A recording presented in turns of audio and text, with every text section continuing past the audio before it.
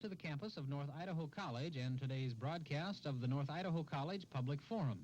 The crew is comprised of North Idaho College television students.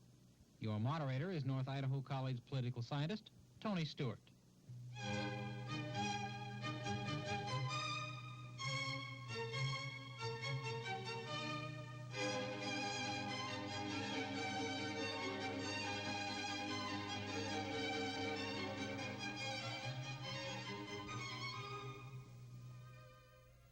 Good afternoon. Today we're going to be discussing the growth and financial status of North Idaho College. There has been much discussion not only in our community but surrounding areas in recent months concerning the many activities that are going on at our college, and we thought it would be very helpful if you knew in more detail what we are all about. In order to accomplish that goal, I'm happy to welcome to our program Barry G. Schuler, who is the president of this institution. President Schuler holds degrees from the University of Minnesota.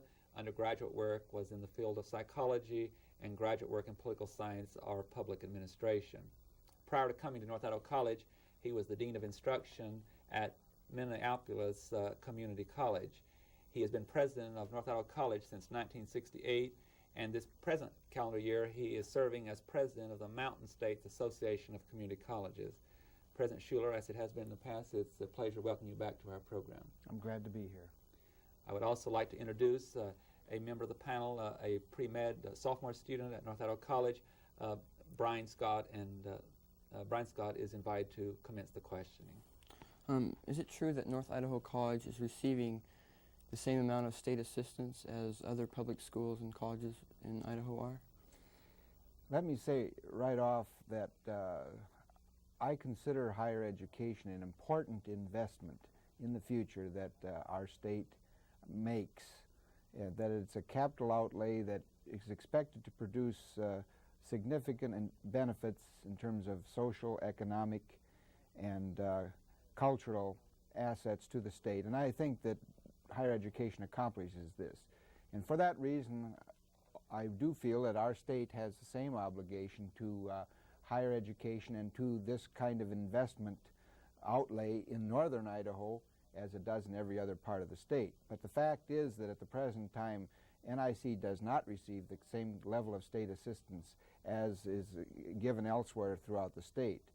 And for example, I can compare the college, the community college here at North Idaho College in Coeur d'Alene, and we are receiving presently this year a 36.4% level of state assistance.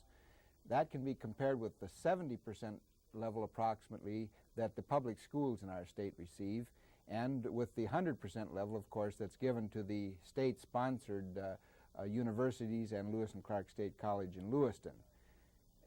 In fact, even in comparison with our sister institution at Twin Falls, the College of Southern Idaho, however, North Idaho College receives less state assistance. This year, for example, College of Southern Idaho enrolls 127 fewer full-time equivalent students, but receives $267,000 more state aid dollars, and that amounts to something over $300 per FTE student, less that NIC is receiving even as compared with the other community college in our state. President Schuler, along that same line, another comment that's often heard within the state of Idaho is that this particular institution, North Idaho College, is the smallest college in the entire state of Idaho, either 2 or 4 year, and that we should not expect the legislature to appropriate the same type of funds for facilities and programs at this school that they do at the other universities and community colleges. How would you react to that comment? Well, in fact, of course, North Idaho College many years ago was the smallest institution of higher education in the state, but that has changed dramatically in the 70s and coming into the 80s. At the present time, North Idaho College is now larger in our academic program than the College of Southern Idaho, larger than Lewis and Clark State College in Lewiston, and larger than 2 established private colleges in our state, Northwest Nazarene College and the College of Idaho. So that we are really now in the middle group as far as the academic institutions are concerned. We are, however, the smallest area vocational technical school with our enrollment of approximately 300 and then we are the smallest of the area vocational technical schools. But overall, we are in the middle group as far as enrollments are concerned in our state. We might ought to explain to the viewers that are not familiar with educational counting. They indicate that there's a lot of ways of counting students or head count. And when you talk about FTE students, this is the most significant count head that you can have, isn't it? Yes, it is, because what happens is a full-time equivalent student measure, you boil down all of your students, part-time and full-time, into their equivalents, which would be a 15-credit load per semester would be what we use as the measure of the full-time equivalent student. So that's the best determinant of workload on the staff and facilities and equipment and so on. Brian. I've heard around Kootenai County that NIC's chief source of income is Kootenai County property taxes. Is there any weight to that? No, as a matter of fact, we get our funding, of course, from different sources. But as of the last audit year, which would be last year, 1980-81, the breakdown of the funding for North Idaho College was as follows. About half, 50.9%, came from direct state aid, and that includes the funding for both vocational and academic put together. That amounted to about 51%. From the local property taxes, we received 23%. And then from the student tuition and fees, in other words, what the students pay themselves, that amounts to 17%. And then the other sources include interest and rent and other miscellaneous income. That's about 4%. And then we have federal support, which is very small. That's less than 1%. And then we do get a liquor allocation from the state dispensary, and that amounts to about 2%. So the fact is that as far as the local property tax contribution, in effect, if you also consider the construction projects that take place on our campus and the auxiliary services operation, approximately for every dollar that the local taxpayer puts into the college operation, it's matched with about $6 from other sources. So I think that's really a good return on the local taxpayers' investment. They get 6 for 1 in terms of the funding provided for our institution. Probably the next big project at North Idaho College, in the form of building anyway, facilities, is going to be a new library. I know that the governor's office is making a recommendation to this session of the legislature, and obviously it's being discussed in our community, and a lot of people are praising that concept that we need a library and that it would not only do excellent things for the college but also help the economy locally. However, some people are criticizing this, indicating that an institution our size does not need a new large building, or it should not be the next priority, a library. How do we stack up? Well, I guess I have a two-part question. First of all is, how essential is a library facility to an institution of higher learning? And secondly, how do we compare with other libraries at universities and colleges in Idaho? Well, first of all, the library is the heart of the academic learning experience. All our programs, including the paraprofessional programs that operate within the academic program, such as registered nursing and law enforcement and journalism technician, they have heavy utilization of the library as an integral part of the training program. So it's a vital part of a college operation. To put things in perspective, as I've already mentioned, North Idaho College is now in the middle group as far as enrollment size for academic programs in our state. And I mentioned the 4 colleges that are smaller than North Idaho College, and of those 4 institutions, all of them have much larger holdings in terms of volumes in their library than we do, even though we now have many more students to be served. Just to give you a quick example, North Idaho College has approximately 33,000 volumes at the present time, and we serve a student population of an academic student population of something around 1,800 students per semester. And the next smallest library in our state, college library, would be at the College of Southern Idaho, and they have about 55,000 volumes. And Lewis and Clark State College, again, which is considerably smaller than we are, operates with about 71,000 volumes. So I think that gives you an idea of our need and the kinds of media resources that we need to develop to adequately serve a student population that has grown to the extent that it has on our campus. Also, in relation to accreditation, we've got the highest rating you can get, or the last time we did, but our number one criticism, was it not, was in this area of library facility. Yes, this will be a matter of concern. We are going to be visited by the accreditation people in 1983. That would be next year in April, and so this will be an important consideration, and that's one of the reasons why we want to get the project underway, so that we can demonstrate that we are addressing the problem, that we recognize it, and we are dealing with it. And incidentally, on the subject of the library, I should point out that we are requesting this money from the state of Idaho from the Permanent Building Fund. I know there's been some comment about that this would put an undue burden on the local property taxes. This project, as proposed, does not involve a local bond issue or local property taxes, but rather we are requesting the money from the Permanent Building Fund in the state capitol. Now, the point about this fund is this, that it's a dedicated fund.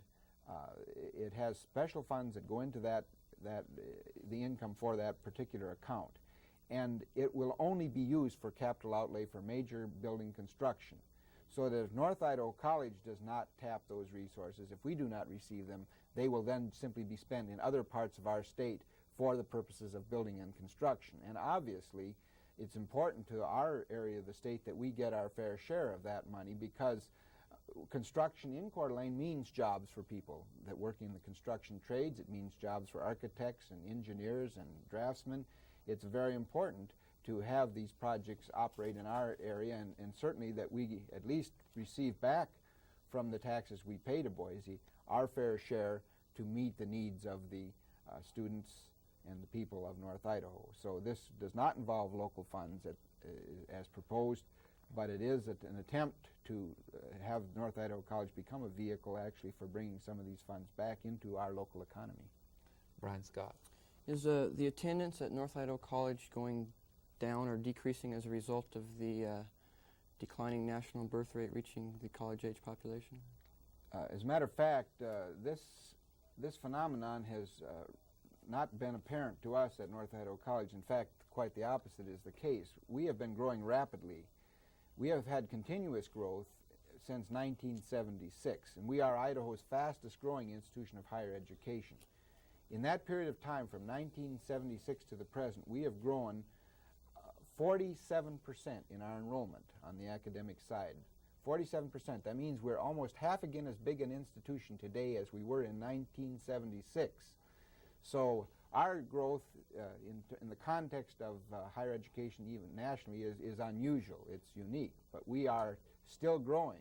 We're growing at the rates that were common in the late 60s and in the 70s. So the demand for our services is getting greater, and that's why we're trying to address these problems with construction programs and with improvement in our funding picture. Some people that look at the economic crisis that we have, and we do have in North Idaho, high unemployment, in relation to what you have just said, some of those individuals suggested, well, one way to save dollars at North Idaho College and save the taxpayers would be to serve the students of North Idaho and not accept for enrollment out-of-state students or at least international students from other countries, and that if we cut those back, we would be able to reduce by substantial amount the workload of the administration and the faculty. Do we really have any significant number of students that are from outside the state of Idaho? The picture at the present time, Tony, is that 65% of our students come from Kootenai County, which is the junior college district. Another 24% comes from other counties in Idaho. They're Idaho residents, and of course we're receiving state aid from our state. So we do have the necessity to serve them also. So you have 65% from Kootenai County, 24% from other Idaho counties. Then that leaves 10% from other states in the United States, and only 1% are foreign students or international students. And of the international students, that incidentally constitutes 22 of our students are considered international students, but 8 of those are from Canada, which is our neighbor. And so really the numbers that you would be talking about are very relatively insignificant. They would not be a major factor in the workload that we have here on our campus. And you have to remember also that of some of those students from other states of the United States who are technically at this time considered non-residents, they might well be in the process of becoming residents because their family has moved here but has not yet been here long enough to qualify for in-district tuition. So the overall picture is that that is a small percentage. In fact, in Idaho, we have, next to Boise State University, the smallest percentage of out-of-state students. We are serving overwhelmingly Idaho students. Also, do you have some problem in the fact that over the years we do receive some federal funds, and if you absolutely denied admission to anyone from out of state, would you have at least any ethical question of is that proper with federal funds coming in? That's a very good point. And we do, of course, receive federal funds, and particularly for the vocational program. A significant percentage of the funding that goes into the area vocational technical school actually comes from federal sources. So I think there would be a real question if we would exclude other United States citizens or other people from other states in terms of the federal funds that we're accepting. Brian Scott. What about intercollegiate athletics at North Idaho College? Do they receive a significant share of the operating budget? I think this is a myth that I hear, that some people express. I think there's a feeling that we spend a significant percentage of our budget on intercollegiate sports. In fact, at the present time, this fiscal year that we're in now, I calculated that we spend 3.6% of our total budget is intercollegiate athletics. Now, and that includes all salaries that are budgeted, fringe benefits, travel, equipment, supplies, and the grants and aid that are pertain to that program.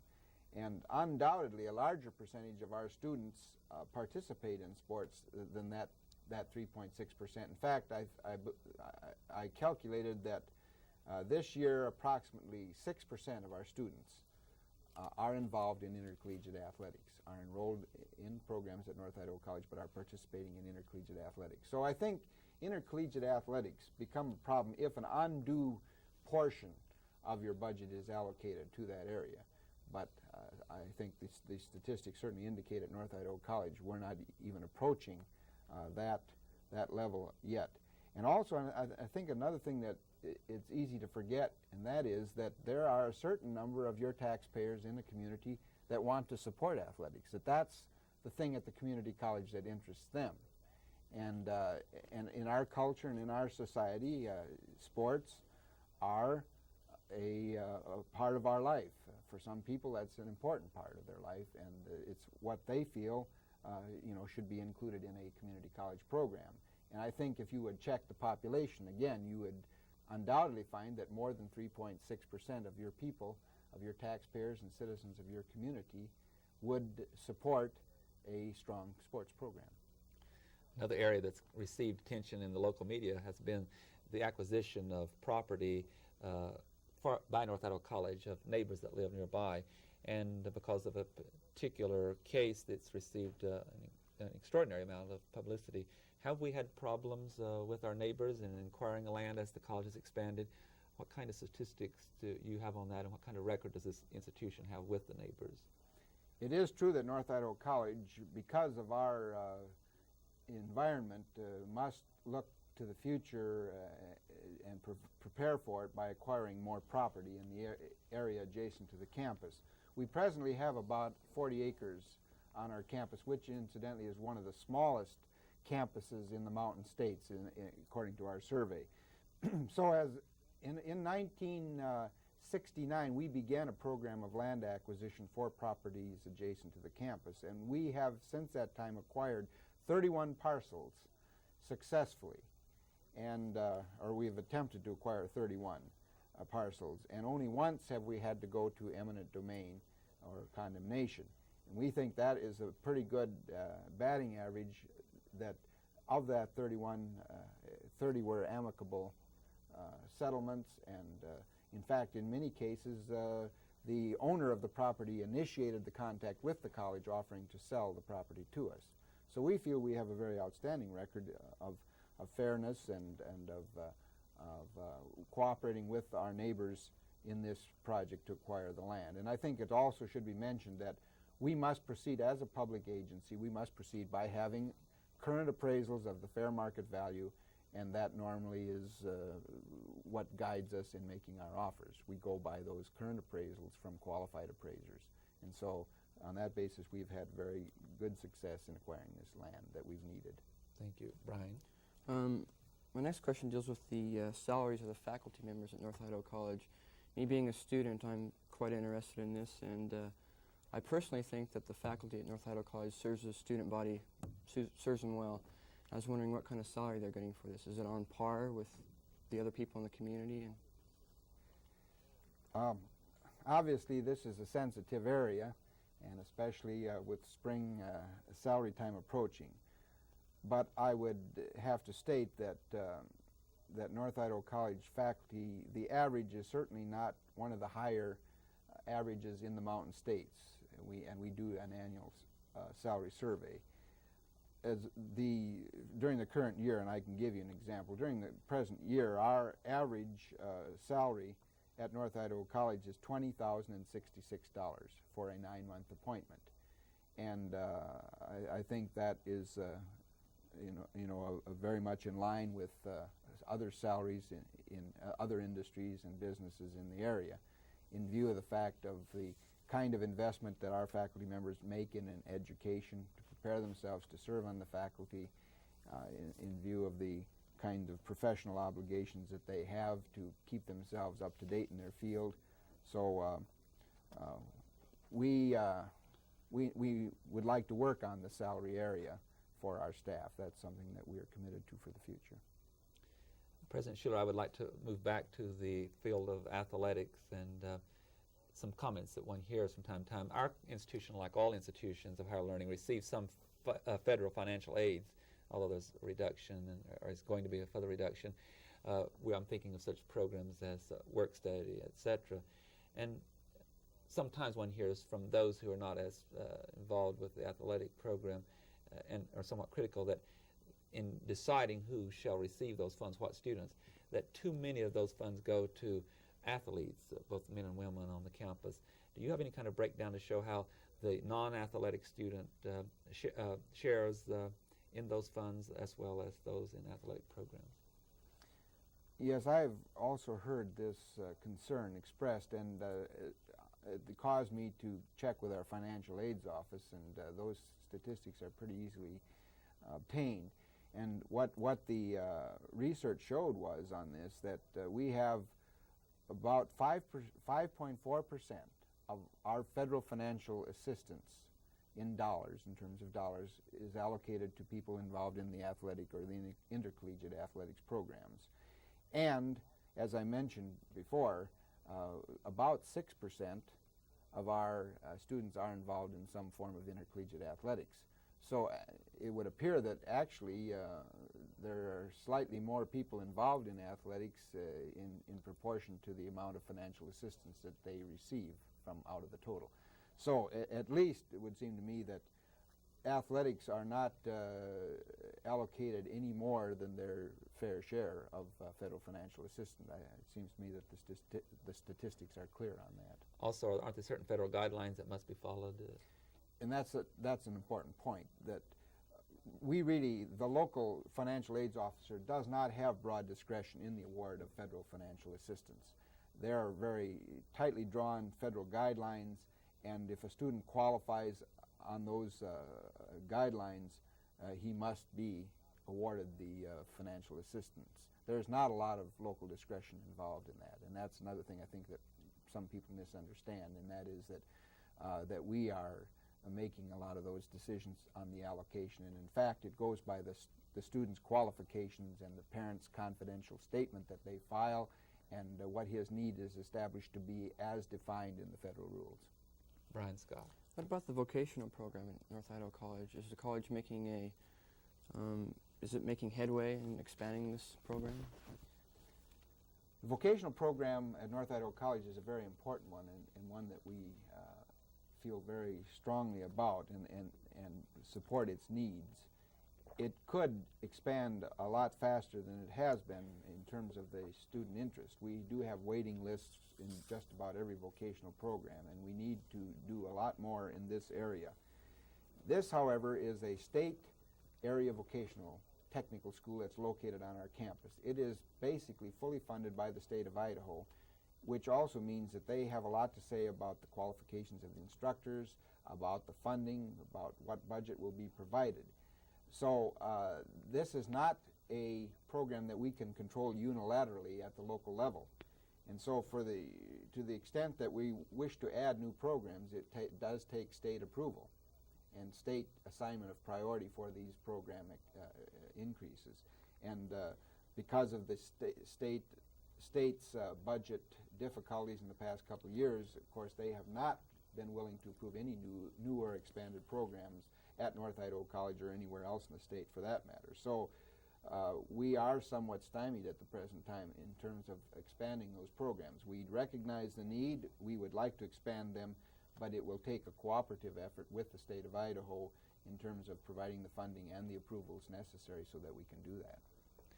And President Schuler, I've even heard this quoted in the media from some members of the legislature, and that is that one could save funds at any institution of higher learning, including North Idaho College, if one cut out courses that they call peripheral courses, and they give examples such as fly tying and cake decorating and bridge courses and so forth.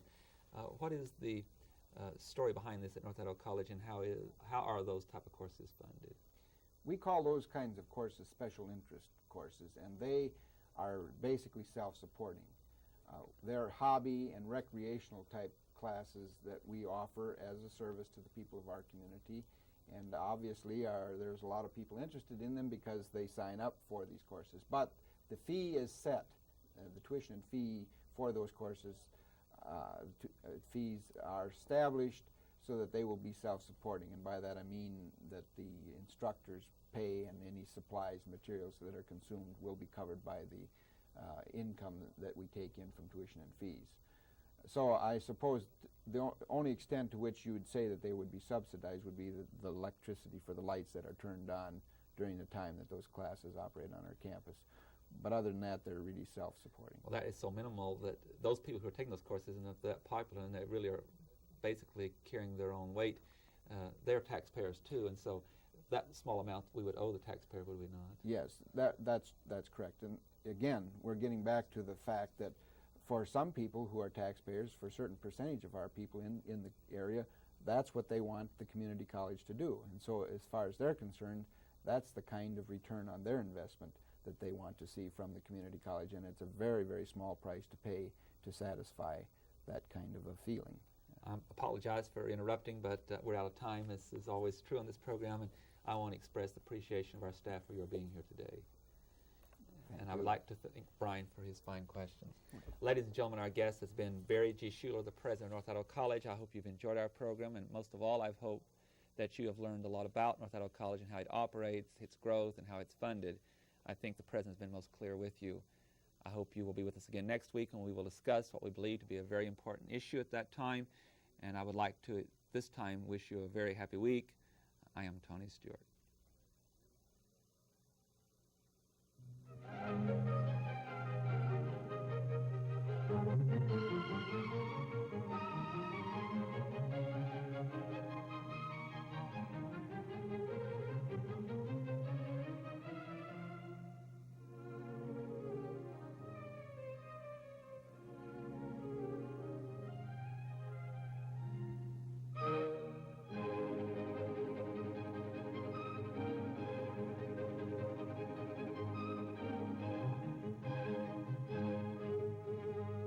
The North Idaho College Public Forum can be seen at this same time each week over this station. This production was videotaped earlier by a North Idaho College student crew for viewing at this more appropriate time.